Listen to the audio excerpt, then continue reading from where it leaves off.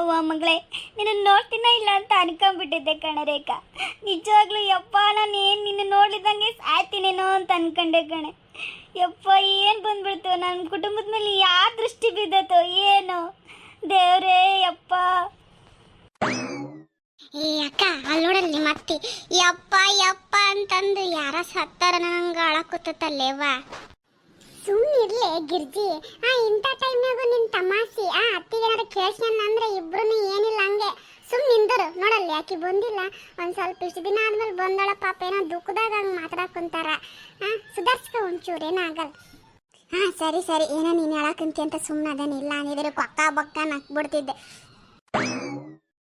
ಅಮ್ಮ, ನಾನು ಅಷ್ಟೇ ಕಣಮ್ಮ, ನೀನು ನೋಡ್ತೀನೋ ಇಲ್ಲ ಅಂತ ಅನ್ಕೊಂಡ್ಬಿಟ್ಟಿದ್ದೆ. ಆ ಪಾಪಿಗಳು ನನ್ನನ್ನು ಏನು ಮಾಡ್ತಾರೋ ಏನೋ ಅಂತ ಅನ್ಕೊಂಡಿದ್ದೆ. ಸದ್ಯ ಆ ದೇವ್ರ ದಯದಿಂದ ಅಣ್ಣ ಮತ್ತೆ ಮಾವ ಅವರು ಎಲ್ಲ ಬಂದು ಹುಡುಕಿ ನನ್ನನ್ನು ಮನೆ ಕರ್ಕೊಂಬಂದ್ರು. ಕೊನೆಗೂ ಅವನು ಸಿಕ್ಕಾಕೊಂಡ.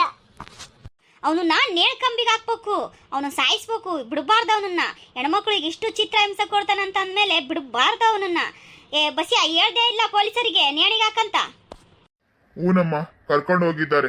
ಅವನು ನೇಣಿಗೆ ಆಗ್ತಾರೋ ಇಲ್ಲ ಗೊತ್ತಿಲ್ಲ, ಆದ್ರೆ ಶಿಕ್ಷೆ ಅಂತೂ ಖಂಡಿತ ಆಗುತ್ತೆ ಅವನಿಗೆ. ಹಾಯ್ ಫ್ರೆಂಡ್ಸ್, ಎಲ್ಲರೂ ಹೇಗಿದ್ದೀರಾ? ತುಂಬ ದಿನಗಳಾದಮೇಲೆ ವಿಡಿಯೋ ಮಾಡ್ತಾ ಇದ್ದೀನಿ. ಪ್ಲೀಸ್ ಯಾರು ಬೇಜಾರಾಗಬೇಡಿ.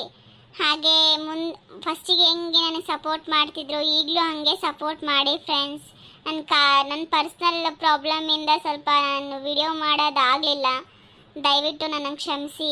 ಹಾಗೆ ಇನ್ನು ಮುಂದೆ ವಿಡಿಯೋಸ್ ಹಾಕ್ತೀನಿ, ಎಲ್ಲರೂ ನೋಡಿ ಪ್ಲೀಸ್ ಫ್ರೆಂಡ್ಸ್. ರೇಖಾ, ಹಳೆದನ್ನೆಲ್ಲ ಮರ್ತು ಬಿಡಮ್ಮ, ಏನೂ ಆಗಿಲ್ಲ ಅನ್ನೋ ಥರ ಇರು. ಮನಸ್ಸಿಗೆ ಬೇಜಾರು ಮಾಡ್ಕೋಬೇಡ, ಎಲ್ಲ ಒಂದು ಕೆಟ್ಟ ಘಟನೆ ನಡೆದೋಗ್ಬಿಡ್ತು. ಮರಿಬೇಕು ಅಂತ ಅನ್ಸುತ್ತೆ ಅದಕ್ಕೆಮ್ಮ, ಆದರೆ ಅವ್ನು ಕೊಟ್ಟು ಟಾರ್ಚರ್ ನೆನೆಸ್ಕೊಂಡ್ರೆ ನಿಜವಾಗ್ಲೂ ಯಾವ ಶತ್ರುಗೂ ಬೇಡ ಅಂತ ಅನಿಸುತ್ತೆ. ಪ್ರೀತಿಸಿದ್ದು ಹುಡುಗಿಗೆ ಇಷ್ಟೊಂದು ಟಾರ್ಚರ್ ಕೊಟ್ಟಿದ್ದಾನೆ ಅಂದರೆ, ನಾರ್ಮಲ್ ಆಗಿ ಯಾವುದಾದ್ರೂ ಹುಡುಗಿ ಮೇಲೆ ದ್ವೇಷ ಇಟ್ಕೊಂಡ ಅಂದರೆ ಆ ಹುಡುಗಿನ ಏನು ಮಾಡಬಲ್ಲ ಅನ್ನೋದು ನೆನೆಸ್ಕೊಂಡ್ರು ಕೂಡ ನನಗೆ ಭಯ ಆಗ್ತಿದೆ ಅದಕ್ಕೆಮ್ಮ. ಇನ್ಯಾವ ಹುಡುಗಿನೂ ಅವನು ಕನ್ಸು ಮನ್ಸಲ್ಲೂ ನೆನ್ಸ್ಕೊಳಂಗಿಲ್ಲ ಬಿಡಮ್ಮ. ಆ ಥರ ಮಾಡಿದೀವಲ್ಲ, ಇವಾಗ ಅವ್ನು ಜೈಲಲ್ಲಿದ್ದಾನೆ. ಇನ್ನು ನೆಕ್ಸ್ಟ್ ಅವ್ನು ಬುದ್ಧಿ ಕಲಿಸಿನೇ ಅವನನ್ನು ಹೊರಗಡೆ ಬಿಟ್ರು ನೀನೇನು ತಲೆ ಕೆಡಿಸ್ಕೋಬೇಡ. ನೆಕ್ಸ್ಟು ಇವಾಗ ನೀವು ಮುಂದೆ ಮದುವೆ ಆಗೋರು, ಸ್ವಲ್ಪ ಅರ್ಥ ಮಾಡಿಕೊಂಡು ಇಬ್ರು ಜೊತೆಯಾಗಿರ್ರಿ. ನೋಡ್ರಿ ಅಳಿ, ಅಂದರೆ ಏನೋ ಆಗ್ಬಿಡ್ತು, ನಮ್ಮಿಂದ ತಪ್ಪಾಗಿದೆ. ಇದರಿಂದ ನಿಮ್ಗೆ ಏನಾದರೂ ಬೇಜಾರಾಗಿದ್ರೆ ಪ್ಲೀಸ್ ನನ್ನ ಮೇಲೆ ತೋರಿಸ್ರಿ. ಆದರೆ ನನ್ನ ತಂಗಿನ ಮಾತ್ರ ಕೈ ಬಿಡಬೇಡ್ರಿ ಅಳಿ. ಅಂದರೆ ಬಾವರೇ, ನೀವು ಬಾಯಿ ತುಂಬ ನನ್ನ ಅಳಿಯಂದ್ರೆ ಅಂತ ಕರಿತಾ ಇದ್ದೀರಾ. ಹಿಂಗೆ ಅಂದಮೇಲೂ ನಾನು ನಿಮ್ಮನ್ನು ತಂಗಿನ ಬಿಟ್ಟು ಹೋಗ್ತೀನಿ ಅಂತ ನೀವು ಹೆಂಗೆ ಅನ್ಕೋತೀರಾ? ನಾನೇ ನಿಮ್ಮ ಜೊತೆಗಿದ್ದು ಇಷ್ಟೆಲ್ಲ ಮಾಡಿದ್ದೀನಿ ಅಂತ ಅಂದರೆ ಅವಳು ನನ್ನೋಳು ಅಂತ ತಿಳ್ಕೊಂಡೆ ನಾನು ಮಾಡಿದ್ದೀನಿ. ನನಗೆ ಆ ಥರ ಮನಸ್ಸಲ್ಲಿ ಆ ಥರ ಭಾವನೆ ಇದ್ದಿದ್ದಿದ್ರೆ ಇಷ್ಟೆಲ್ಲ ಮಾಡ್ತಾನೆ ಇರ್ತಿದ್ದಿಲ್ಲ ನಾನು.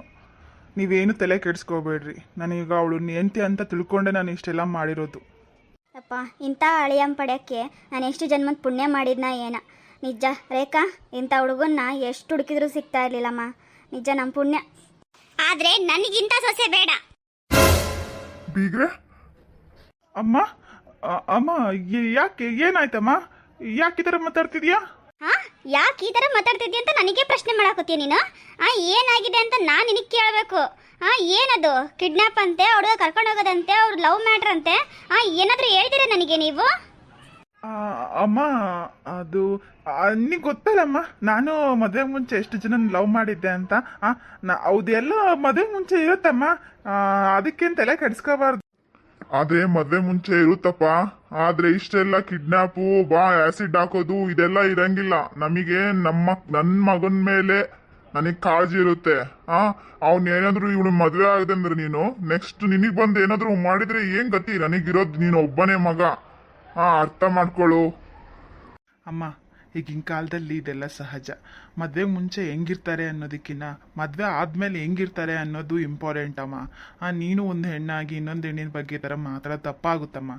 ನನಗಿದೆಲ್ಲ ಹೇಳಕ್ಕೆ ಬರಬೇಡ. ಒಂದು ಹೆಣ್ಣಿನ ಬಗ್ಗೆ ನಾನು ಯೋಚನೆ ಮಾಡ್ತೀನಿ, ಆದರೆ ಫಸ್ಟು ನನ್ನ ಮಗನ ಬಗ್ಗೆ ನಾನು ಯೋಚನೆ ಮಾಡೋದು. ಇದೆಲ್ಲ ನನ್ನ ಹತ್ರ ಬಿಟ್ಬಿಡು ನೀನು. ಈಗ ನಡಿ, ನನ್ನ ಮನೆಗೆ ನಡಿ ನೀನು. ಅಮ್ಮ, ಅದು ಹಂಗಲ್ಲಮ್ಮ. ಅದು ಇದು ಎಲ್ಲ ನನ್ನ ಹತ್ರ ಕತಿ ಹೊಡಿಬೇಡ ನೀನು. ನಡಿ, ನಿನ್ನ ಅಮ್ಮನ ಮೇಲೆ ನಿನ್ನ ಪ್ರೀತಿ ಇತ್ತು ಅಂತಂದರೆ ನನ್ನ ಮಾತಿಗೆ ಬೆಲೆ ಕೊಟ್ಟು ನೀನು ನನ್ನ ಜೊತೆ ಬರಬೇಕು ಅಷ್ಟೇ. ಬೀಗ್ರೆ ನಿಮ್ಮ ಹತ್ರ ಹೇಳೋಷ್ಟು ನನ್ನ ಇದು ಇಲ್ಲ. ಆದರೂ ನಿಮಗೂ ಒಂದು ಹೆಣ್ಮಗಳಿದ್ದು ಈ ಥರ ಆಗಿದ್ದಿದ್ರೆ ಅವಾಗ ಏನು ಮಾಡ್ತಿದ್ದಿ ಬೀಗ್ರೆ? ನನ್ನ ಮಗಳೇನಾದರೂ ಆ ಥರ ಮಾಡಿದಿದ್ರೆ ಅವಳು ನಲ್ಲೇ ಕತ್ತರಿಸಾಕ್ಬಿಡ್ತಿದ್ದೆ. ನೋಡಿ, ನಾವು ನಮಗೆ ಗೊತ್ತಾಗ್ತಿಲ್ಲ ನಮಗೆ ಇದು ಏನು ಎಂತ ಅಂತ. ನನಗಿರೋದು ಒಬ್ಬನೇ ಮಗ. ನಾನು ಅವನಿಗೆ ರಿಸ್ಕ್ಗೆ ದಬ್ಬಕ್ಕೆ ನನಗೆ ಇಷ್ಟ ಆಗ್ತಿಲ್ಲ. ನೋಡಿ ಇವ್ರೆ, ಅಯ್ಯ ಅಯ್ಯ, ಇಷ್ಟು ದಿನ ಗೊತ್ತಾಗಿ ಜೊತೆಗೆಲ್ಲ ತಿರುಗಾಡಿ ಇವಾಗ ಬೇಡ ಅಂತ ಹೇಳ್ತೀರಾ? ನನಗೆ ಗೊತ್ತಿಲ್ಲ, ಇದು ನನ್ನ ಮಗಳನ್ನ ಮದುವೆ ಆಗ್ಲೇಬೇಕು ಅವನು. ಏನು ತಿರುಗಾಡಿದ್ದೇನೆ ಅಂತ ಅಂದ್ರೆ ಏನು ಅರ್ಥ ನಿಮ್ಮ ಮಾತಿನ ಅರ್ಥ? ಅಯ್ಯೋ ನಿಲ್ಲಿಸ್ತೀರಾ ಸಾಕು ಅಮ್ಮ. ಅವ್ರಿಗೆ ಫೋರ್ಸ್ ಮಾಡಬೇಡಮ್ಮ, ಅವ್ರು ಹೇಳೋದ್ರಲ್ಲೂ ಅರ್ಥ ಇದೆ. ಪ್ಲೀಸ್ ದಯವಿಟ್ಟು ನೀನು ಅವ್ರಿಗೆ ಏನು ಹೇಳಕ್ಕೆ ಹೋಗಬೇಡ, ಆ ಥರ ಎಲ್ಲ ಮಾತಾಡಬೇಡಮ್ಮ. ಕುತ್ಕಳೆ, ನಿನಗಿದ್ರ ಬಗ್ಗೆ ಏನು ಗೊತ್ತಾಗಂಗಿಲ್ಲ. ಹಾಂ, ಏನು ಬರ್ತದ ಅದನ್ನು ಮಾತಾಡಬೇಡ ನೀನು. ನಾನೆಲ್ಲ ನೋಡ್ಕೊತೀನಿ, ಸುಮ್ಮನಿರು ನೀನು. ಏನು ನೋಡ್ಕೋತೀರಾ ನೀವು? ನಿಮ್ಮ ಮಗಳಿಂದ ಇಷ್ಟೆಲ್ಲ ತಪ್ಪಿಟ್ಕೊಂಡ್ಬಿಟ್ಟು ಇಷ್ಟೆಲ್ಲ ಮಾತಾಡ್ತೀರಾ ನೀವು? ಬರ್ತೀಯಾ ಇಲ್ಲ ನೋಡು. ಇಷ್ಟೆಲ್ಲ ಆದಮೇಲೂ ನಿಮ್ಮ ಅಮ್ಮಂಗೆ ರೆಸ್ಪೆಕ್ಟ್ ಕೊಡೋದಾದರೆ ಬಾ ನನ್ನ ಜೊತೆಗೆ. ಇಲ್ಲ ಅಂತ ಅಂದರೆ ಇಲ್ಲೇ ಇರು ನೀನು. ಅಮ್ಮ ಅಮ್ಮ ಛೇ ನೋಡಿ ಬಾಬರೇ, ಅಮ್ಮರಿಗೇನೋ ಸ್ವಲ್ಪ ಬೇಜಾರಾಗಿದೆ, ಅದಕ್ಕೆ ಆ ಥರ ಮಾತಾಡ್ತಿದ್ದಾರೆ. ನಾನೆಲ್ಲ ಸರಿ ಮಾಡ್ತೀನಿ, ನೀವೇನು ಯೋಚನೆ ಮಾಡಕ್ಕೆ ಹೋಗ್ಬೇಡ್ರಿ ನೀವು. ಛೇ, ಬೇಜಾರಾದ್ಲು ಅಕ್ಕ. ಈಗ ಅದು ಕಿಡ್ನಾಪ್ ಆಗಿದ್ದೊಂದು ಬೇಜಾರಿತ್ತು, ಇವಾಗ ಇವ್ರು ಮಾತಾಡಿದ್ದಕ್ಕೂ ಇನ್ನೂ ಬೇಜಾರಾಗಿದ್ದಾಳಕ್ಕ. ಹೆಂಗ್ ಸಮಾಧಾನ ಮಾಡೋದು ಹುಡುಗಿಗೆ? ನೋಡಪ್ಪ, ಏನು ಹೇಳ್ತೀಯೋ ಗೊತ್ತಿಲ್ಲ. ನಿಮ್ಮ ಮನೆಯಲ್ಲಿ ಒಟ್ನಲ್ಲಿ ಒಪ್ಸ್ಕೊಂಡು ಕರ್ಕೊಂಬರ್ಬೇಕು ಅಷ್ಟೇ ನೀನು. ಅತ್ತೆ, ಸ್ವಲ್ಪ ಸಮಾಧಾನದಿಂದ ಮಾತಾಡ್ರಿ ಅತ್ತೆ. ಸಿಚುವೇಶನ್ ಹೆಂಗಿದೆ ಅನ್ನೋದನ್ನ ಯೋಚನೆ ಮಾಡ್ರಿ. ನೀವು ಆ ಹುಡುಗನ ಜೋರ್ ಮಾಡಿದ್ರೆ ಏನ್ ಬಂತು? ಅಮ್ಮ ಹೌದಮ್ಮ, ನಾವು ಅವ್ರಿಗೇನು ಹೇಳಕ್ ಬರಂಗಿಲ್ಲ. ಅವರು ಮನ್ಸು ಬದಲಾಯಿಸ್ಕೊಂಬಂದ್ರೆ ನಮಗೆ ನಮ್ಮ ಪುಣ್ಯ. ನೋಡೋಣ ಇರ್ರಿ. ಸರಿ ಬಾಬರೇ, ನಾನು ಹೊರಡ್ತೀನಿ. ನಾನು ಬರ್ತೀನಿ, ಆದಷ್ಟು ಬೇಗ ಖುಷಿ ವಿಚಾರನೇ ತಗೊಂಬರ್ತೀನಿ. ರೇಖಂಗೆ ಹೇಳಿ, ಯಾವತ್ತಿದ್ರು ನಾನು ಅವಳನ್ನೇ ಮದುವೆ ಆಗೋದು, ಅವಳೇ ನನ್ನ ಹೆಂಡ್ತಿ ಅಂತ ಹೇಳ್ಬಿಡಿ. ಏನೂ ಬೇಜಾರು ಮಾಡ್ಕೋಬೇಡಿ, ಎಲ್ಲ ಒಳ್ಳೇದಾಗುತ್ತೆ. ಹಾಗೆ ನಾವು ಹೊರಡ್ತೀವಿ. ಮನೇಲಿ ಅಮ್ಮ ಮತ್ತು ಪಾಪುನಷ್ಟೇ ಬಿಟ್ಟು ಬಂದಿದ್ದೀವಿ. ಲೇಟ್ ಆಗಿದೆ, ನಾವು ಹೊರಡ್ತೀವಿ. ಸರಿ, ಹುಷಾರಾಗಿ ಹೋಗ್ಬಿಟ್ಟು ಬನ್ನಿ. ಥ್ಯಾಂಕ್ಸ್ ಕಣಪ್ಪ. ನನ್ನ ಸ್ವಂತ ತಮ್ಮ ಇದ್ದಿದ್ರು ಇಷ್ಟು ಹೆಲ್ಪ್ ಮಾಡ್ತಿದ್ನೋ ಇಲ್ಲೋ ಗೊತ್ತಿಲ್ಲ, ಆದರೆ ನೀನು ತುಂಬ ಸಹಾಯ ಮಾಡಿದೆ, ಅದನ್ನು ನಾನು ಮರೆಯಂಗಿಲ್ಲ. Thank you so much. ಇರಲಿ ಅಣ್ಣ, ನಾನು ಆಗ್ದಿರಿ ಇನ್ಯಾರು ಆಗ್ತಾರೆ ಹೇಳಿ. ಏನು ಬೇಜಾರಾಗಬೇಡಿ, ನಾವು ಬರ್ತೀವಿ. ಗೀತಾ ಬಾ, ಹೊರಡೋಣ. ಹಾಂ, ಬಂದಿರಿ ಅಕ್ಕ. ನಾವು ಹೋಗಿ ಬರ್ತೀನಿ. ಅತ್ತೆ, ಹೋಗಿ ಬರ್ತೀನಿ. ಬಾವ, ಹೋಗಿ ಬರ್ತೀವಿ. ಹಾಂ ಸರಿ ಗೀತಾ, ಹೋಗ್ಬಿಟ್ಟ. ಅಮ್ಮಂಗೆ ಕೇಳ್ದೆ ಅಂತ ಹೇಳು. ಹ್ಞೂ ಸರಿ, ಹೋಗಿ ಬರ್ರಿ. ಅಲ್ಲ ಅತ್ತೆ, ನಾವ್ ಹೆಣ್ಣೆತ್ತರೋರಾಗಿ ಸ್ವಲ್ಪ ತಗ್ಗಿ ಬಗ್ಗಿ ನಡೆಯೋದು ಕಲಿಬೇಕತ್ತೆ. ಎಲ್ಲದಕ್ಕೂ ಈ ತರ ಊರ್ರನಂತ ಹೋದಂದ್ರೆ ನಾಳೆ ಮುಂಜಾನೆ ಆ ಹುಡುಗಿ ಬಾಳ ಹೆಂಗಾಕತಿ ಏನಂತ ಸ್ವಲ್ಪನಾದ್ರೂ ಯೋಚನೆ ಮಾಡ್ರಿ. ಅದ ಹಂಗ ಅಮ್ಮ, ಅವಳು ಹೇಳ್ತಿರೋದು ನಿಜನಮ್ಮ. ನಾವು ಸ್ವಲ್ಪ ತಗ್ಗಿ ಬಗ್ಗೆ ನಡಿಬೇಕು. ಸ್ವಲ್ಪ ಇದೆಲ್ಲ ನನ್ನ ತಣ್ಣಗಾಗೋವರೆಗೂ ಅವ್ರ ಮನಸ್ಸು ತಿಳಿಯಾದ್ಮೇಲೆ ಅವರೇ ಬರ್ತಾರೆ. ಹುಡುಗ ಹೇಳಿಲ್ವಾ ಕರ್ಕೊ ಬರ್ತೀನಿ ಅಂತ? ಸ್ವಲ್ಪ ಸಮಾಧಾನತೆಗಿರಮ್ಮ. ಅಯ್ಯ ಏನು ಅನ್ನಬಾರ್ದಂದೆ. ಹಾಂ, ಇರೋದನ್ನ ಹೇಳಿದ್ರೆ ಅಂದ್ರೆ ಇಷ್ಟೆಲ್ಲ ನಿಗ್ರಾಡ್ತಾರೆ ಇವರು. ನೋಡೋಣ ಏನು ಮಾಡ್ತಾರೆ ಇವರೇ ಹೋಗಿ ಏನು ಮಾಡ್ತಾರೆ ನೋಡೋಣ ನಾನು.